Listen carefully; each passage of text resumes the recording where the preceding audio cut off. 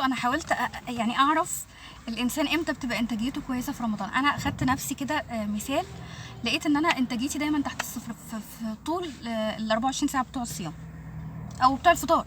يعني 24 ساعه كلهم في رمضان انا انتاجيتي تحت الصفر. يعني انا الصبح من 10 الصبح لغايه الساعه 2 ونص الظهر ببقى في شغلي، خلص من شغلي اعمل الفيديوهات زي ما انا بعملها دلوقتي. الله وحده العالم انا بعملهم ازاي، ده كده ايه يعني، ربنا بينفخ في صورتي. معرفش ازاي بعملهم. اروح البيت اساعد مامتي في تحضير الفطار، نفطر. انا خلاص بقيت خارج نطاق الخدمه.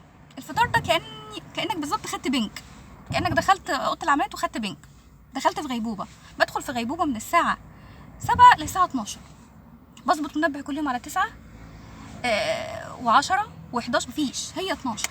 اصحى اصلي العشاء والتراويح، اخلص من العشاء والتراويح اقول اعمل حاجه تانية، اذاكر عشان الفيديو بتاع بكره، مفيش. انا ببقى صاحيه متنحه برضه.